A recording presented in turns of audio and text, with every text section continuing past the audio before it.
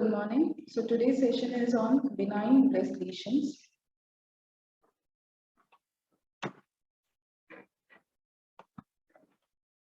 So objective of today's session is normal anatomy and histology of breast, clinical presentation of breast diseases, and non-proliferative breast changes, proliferative breast changes without atypia, proliferative breast changes with atypia, clinical significance of benign epithelial changes, and benign stomal breast disease.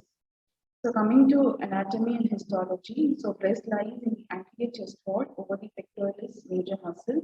It extends from the second to the sixth rib in the vertical axis and from the sternal edge to mid-axillary line in the horizontal axis. So bundles of dense fibrous connective tissue and suspensory ligament of Cooper provide support to the breast. The cellular constituents of breast there are two major structures, the duct and the lobules. There are two epithelial cells, the luminal cells and the myoepithelial cells, and there are two types of stroma, interlobular stroma and intralobular stroma. So this is the ductogram where a contrast dye is injected into the lactiferous duct, and you can see the complex ramification of ducts and the lobules.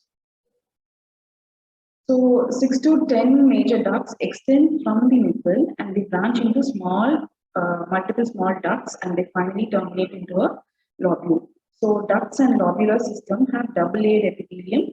One is the luminal epithelium and other is the myoepithelial cells.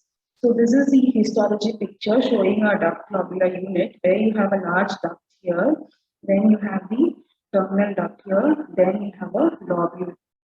And this lobule is composed of acini, which gives a cluster of grapes, like a bunch of grapes appearance. And again, this is a pictorial representation of a duct and a lobule, and each of this duct and a lobule have a significance for benign and a malignant lesion. So all these blue lines are the luminal cells, and around it black dots are the myoepithelial cells. So inner luminal cells and outer myoepithelial cells. And the stroma which covers the lobule is the intralobular stroma, and the stroma which is around the other full duct system is the interlobular stroma.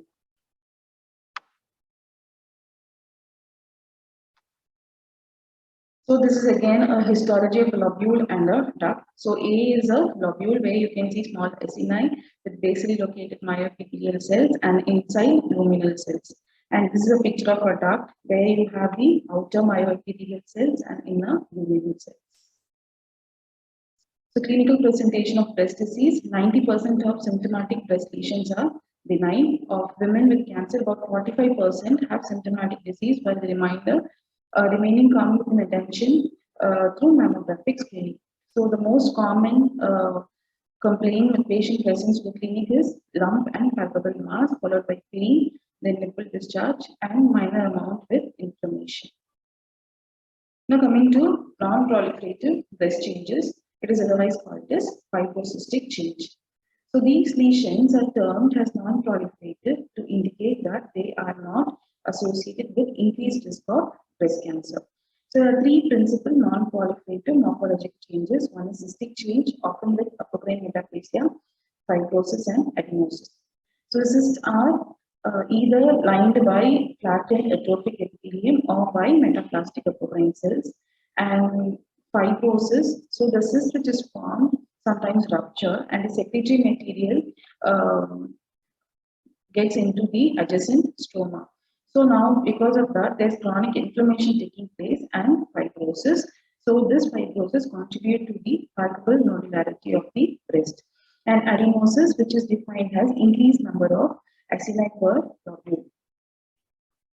So this is her histopathological picture of fibrocystic change, where you can see nice dilated cyst lying by flat epithelium and surrounded by areas of adenosis, all these areas of adenosis, and together surrounded by fibrosis. So this is an hyper view where showing cyst lying by apocrine cells, and at the outer you have the myoepithelial cells, and these are the apocrine cells, and there is few secretions inside the cyst with areas of calcification. Now coming to proliferative breast disease without atypia, there are different patterns which is seen encountered in proliferative breast disease without atypia. So the first is epithelial hyperplasia. This is an incidental finding where you have increased number of both luminal and myoepithelial cell types in the distended ducts and lobules. So this first picture is a picture of a normal duct. Okay, so you have a basally located myoepithelial cells and the inner luminal cells. And this is a picture of a epithelial hyperplasia where you have the increased number of luminal and myoepithelial cells mixed, and at the periphery you have slit-like fenestrations.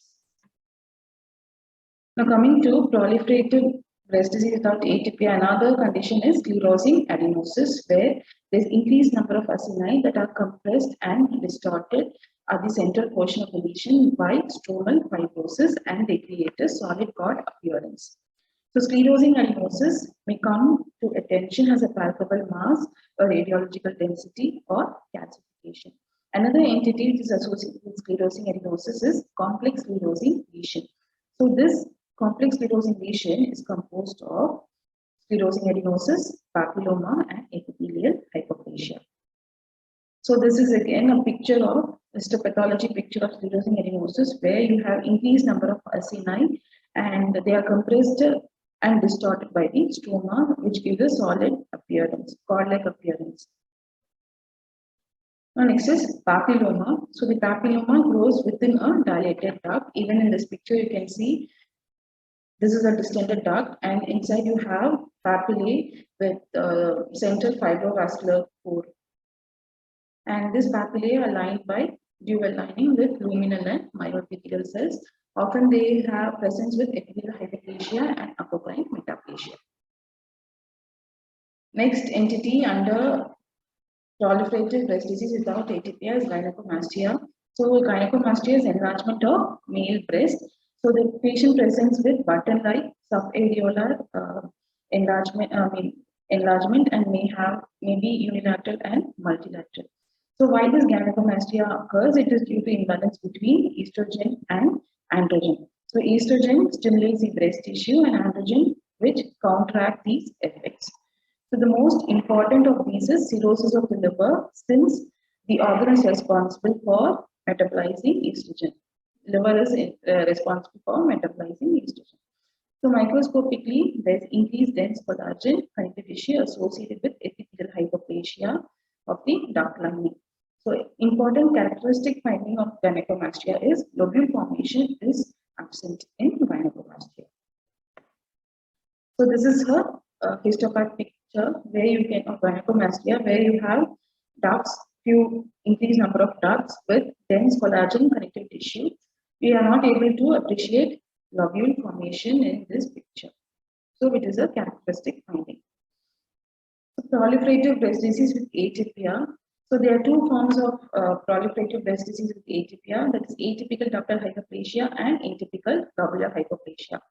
So this atypical hyperplasia is a clonal proliferation having some but not all the histological features of carcinoma in situ. They may mimic carcinoma in situ, but the characteristic features of carcinoma in situ is not there in atypical hyperplasia. So that is why they are termed as atypical hyperplasia.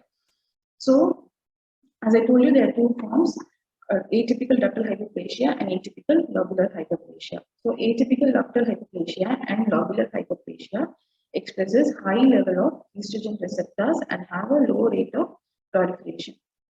So acquired chromosomal aberrations such as loss of 16q and 17p or gain of 1q is encountered in these patients, and adding to it, atypical lobular hyperplasia also show loss of P-cadhein expression, which is a feature of LCIS, that is lobular carcinoma in situ. Atypical ductal hyperplasia is recognized by its histological reference to TCS, that is ductal carcinoma in situ. It consists of relatively monomorphic proliferation of regularly spaced cells, sometimes forming cribriform area.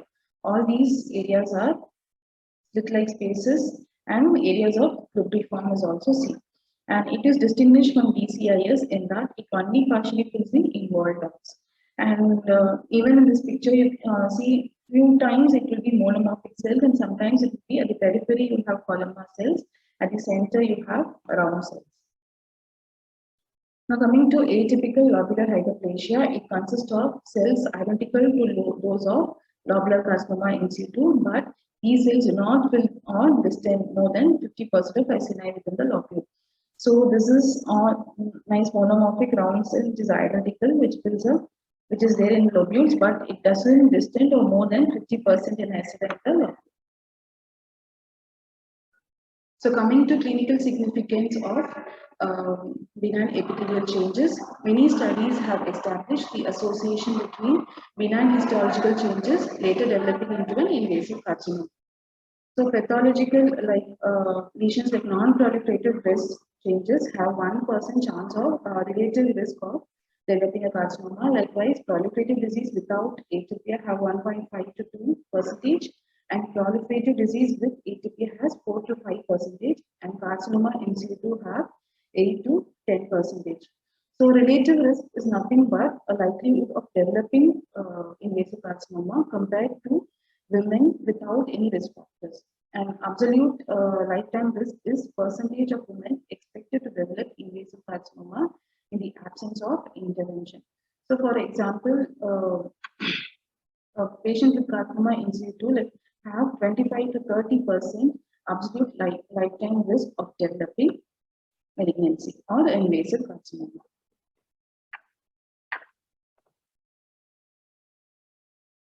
Next, coming to benign stromal breast disease. As we discussed earlier, there are two types of stroma, intralobular stroma and interlobular stroma.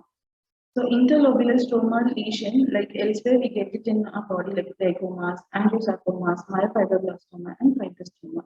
Intralobular stroma tumor are benign lesions of fibroadenoma and Phyllodes tumor. So fibroadenoma and Phyllodes tumor are driven by the somatic mutation of MED12, a component of multiple protein complex called mediator that links RNA polymerase II to a specific DNA binding transcription factor. So the important culprit is the mutation of MED12. So fibroadenoma is the most common benign tumor, usually seen in less than 30 years of age. It is firm and mobile lump, like it moves like a mouse, right? And in mammography, it gives a large popcorn calcification. So prostate is very circumscribed nodular mass, which is rubbery in consistency, and cut surface shows gray white nodules with slit-like spaces. Microscopically, they are delicate, cellular, and myxoid stroma. This stroma, when it is surrounding the glandular spaces, it is called as pericanalicular pattern, and it compresses the glandular spaces, it is called as intracanalicular pattern. And surgery is the choice of treatment. So this first picture is the radiographic finding of a fibroadenoma where you have a large popcorn-shaped calcification, and this is the white nodular areas with rubbery-like consistency on gross. And this is the microscopic picture where you have the intracanalicular and pericanalicular pattern and surrounded by myxoid cellular stroma. Now coming to Phyllodes tumor, which was previously called as cystosarcoma Phyllodes, and in gross, it's small to a massive lesion, and on cut surface it will have a bulbous protrusion into the cystic spaces. And in microscopy, it will have a leaf-like protrusion of stromal fragment into the cystic spaces. And Phyllodes tumor is distinguished from fibroadenoma on the basis of cellularity, higher mitotic rate, nuclear pleomorphism, stromal overgrowth, and infiltrative borders. So low-grade or benign lesions resemble fibroadenoma but are more cellular and highly mitotic. And high-grade lesions may be difficult and they are distinguished from the sarcoma. So this is a histopathology picture where you have leaf-like protrusion into the cystic wall. This is stroma, the myxoid stroma. This is a myxoid stroma which will have leaf-like protrusion. Now, Phyllodes is classified into three categories, that is low grade, borderline, and benign. Malignant. Low grade is benign, then we have the borderline, then the malignant. So how will you differentiate fibroadenoma and Phyllodes? As discussed, increased cellularity, mitotic activity, nuclear pleomorphism, stromal overgrowth, and infiltrative borders. Thank you. My references are from Robbins, 10th edition, and Biopsy Interpretation of Breast, 2nd edition. Thank you all.